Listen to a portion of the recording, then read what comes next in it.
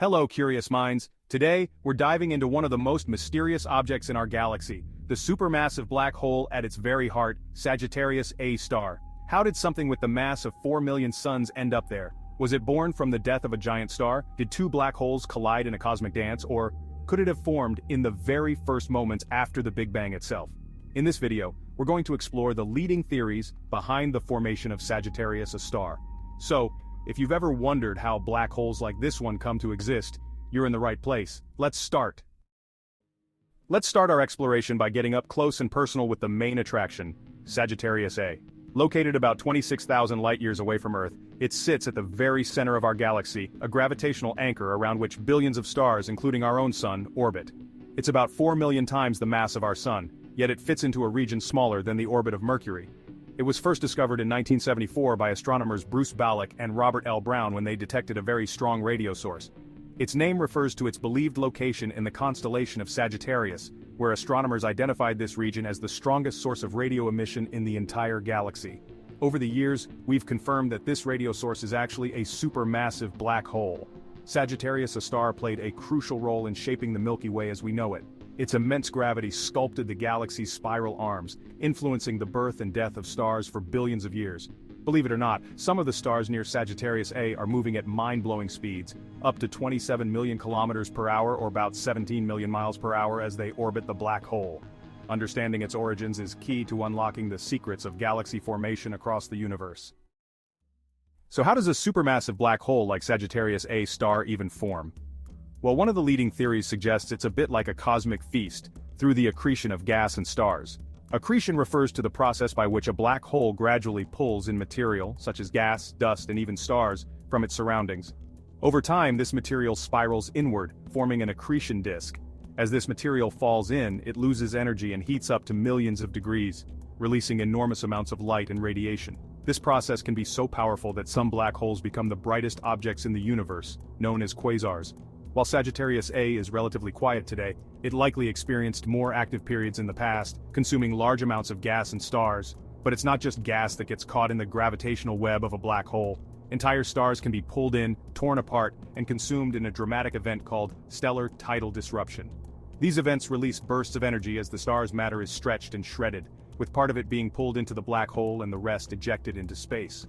Over billions of years, Sagittarius A likely grew through the steady accumulation of gas and dust, as well as by occasionally devouring stars that wandered too close. Each new meal adds to the black hole's mass, allowing it to grow even larger. In fact, the accretion of gas and stars may have shaped not just the black hole itself, but the entire structure of our galaxy. As Sagittarius A star grew, its gravitational influence played a key role in organizing the spiral arms of the Milky Way, driving the formation of new stars and controlling the distribution of gas. So, we've talked about black holes forming from the slow, gradual buildup of matter, but what if we crank things up a notch? Imagine a colossal nebula tens of thousands of times the mass of our sun, practically bursting with hydrogen and helium. Over time, this cloud begins to collapse under its own gravity, shrinking and growing denser as it pulls inward. But instead of forming a star like we might expect, this gas cloud could have skipped that stage entirely. As it contracts, it spins faster, generating immense heat. In this scenario, the cloud becomes so dense and massive that it collapses directly into a black hole. This process would happen incredibly quickly, on the scale of a few 100,000 years. This is known as the direct collapse model, and it offers a possible explanation for how supermassive black holes could have formed so quickly in the early universe. This theory provides a compelling answer to one of the great mysteries in astronomy. How did supermassive black holes form so early in the universe's history? While we still don't know for sure whether Sagittarius A formed this way, the direct collapse of massive gas clouds is a promising explanation. Alright, let's switch gears for a moment and explore another intriguing theory about how supermassive black holes form. This one involves collisions within dense stellar clusters. Imagine a tightly packed group of stars all orbiting each other. In these crowded environments, stars can pass very close to one another, creating a chaotic dance of gravitational interactions. Over time, these interactions can lead to collisions and mergers between stars. When two massive stars collide, they can create a more massive remnant, which may eventually become a black hole. But it doesn't stop there. As more stars collide and merge, the resulting black holes can also combine, leading to a chain reaction of mergers that produces increasingly larger black holes. This process may happen repeatedly in the dense environment of a stellar cluster, allowing a supermassive black hole to form relatively quickly. It's a bit like a game of bumper cars in a cosmic scale. Each collision increases the mass of the black hole until it reaches supermassive proportions. The formation of Sagittarius A through dense stellar cluster collisions not only explains its immense mass, but also the rapid growth of supermassive black holes in the early universe. Now let's explore another intriguing pathway to supermassive black hole DOM hierarchical mergers. Picture this: a universe teeming with small black holes, remnants of the first generation of stars. Over time, these black holes can come together in a dense environment such as a star cluster or the center of a galaxy. As these black holes orbit one another, their gravitational fields influence each other, leading to a process known as hierarchical merging. This means that smaller black holes can gradually merge together to form larger ones. This larger black hole can then continue to merge with other black holes, leading to an exponential growth process. Over billions of years, these hierarchical mergers can result in a supermassive black hole. In fact, it's believed that many of the supermassive black holes we observe today may have formed through this process. Research suggests that the environment around Sagittarius A could have facilitated numerous black hole mergers, allowing it to accumulate mass rapidly. Sending ripples through the fabric of each merger not only adds to the black hole's mass, but also influences the gravitational dynamics of the surrounding stars and gas. The hierarchical merging process also plays a significant role in the evolution of galaxies. So far, we've journeyed through some of the most mind-boggling scenarios for the birth of Sagittarius A. But what if I told you there might be an even more ancient tale to tell, one that takes us back to the very dawn of our universe? Let's dive into an intriguing aspect of supermassive black hole formation: migration traps in active galactic nuclei, or AGN disks. Active galactic nuclei are incredibly bright regions at the centers of some galaxies, powered by supermassive black holes actively consuming material. Surrounding these black holes is an accretion disk, where gas and dust swirl inwards, heating up and emitting vast amounts of energy. But what happens when smaller black holes find themselves in this swirling disk? This is where migration traps come into play. As smaller black holes drift into the accretion disk, they can become gravitationally trapped in certain regions. These traps can occur due to variations in the density and pressure of the material within the disk. When a black hole migrates to a region of higher density, it experiences an increase in gravitational interactions with surrounding gas and other black holes. Once trapped, the black holes can undergo a process of hierarchical merging, where they collide and merge with other black holes that have also drifted into the same region.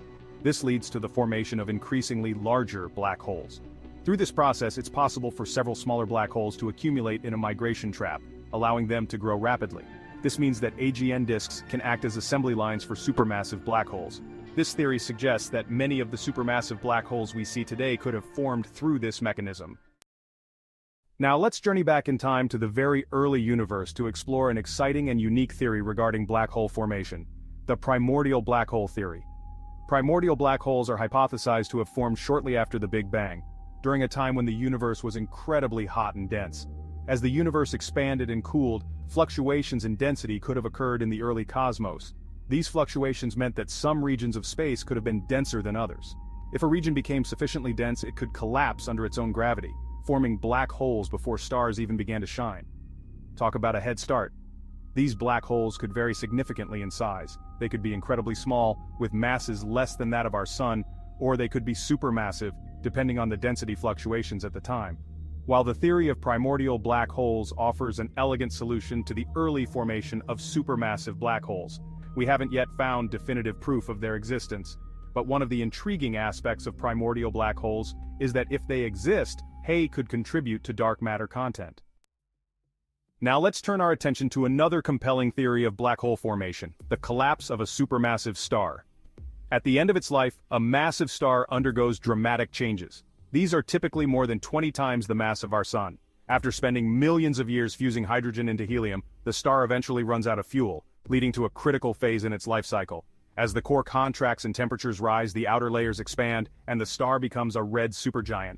But eventually, this outward pressure can no longer counteract the intense gravitational pull of the star's own mass. When the core's mass becomes too great, it collapses under its own gravity, leading to a catastrophic explosion known as a supernova.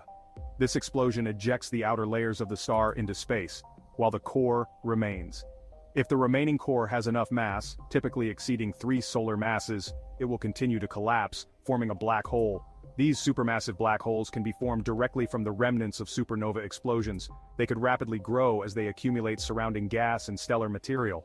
This theory not only explains how supermassive black holes can form, but also highlights the importance of massive stars in the cosmic ecosystem. Our understanding of black holes, especially the supermassive ones, is definitely still a work in progress. We've covered a lot of theories, but each of them leaves us with plenty of unanswered questions. For example, one of the big mysteries is how supermassive black holes could form so quickly after the Big Bang. Current models just can't seem to fully explain how these colossal giants managed to grow at such a rapid pace in the early universe. Understanding the conditions that allowed them to emerge will require further research. We also don't yet have a complete picture of how black hole mergers work and their role in helping supermassive black holes grow. While gravitational wave detectors are starting to give us some insights into this process, there's still a lot more to learn about how all the dynamics fit together.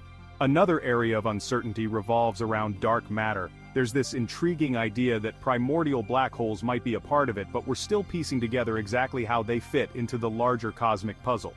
Plus, we're just beginning to understand the influence supermassive black holes have on their host galaxies. As researchers continue to gather data from advanced telescopes and gravitational wave observatories, each new discovery brings us closer to understanding these objects. In conclusion, while we have made significant strides in understanding the formation of supermassive black holes, the journey is far from over. And there you have it. We've explored some of the most fascinating theories about how Sagittarius A might have come to exist. So what do you think? Which theory do you find the most convincing?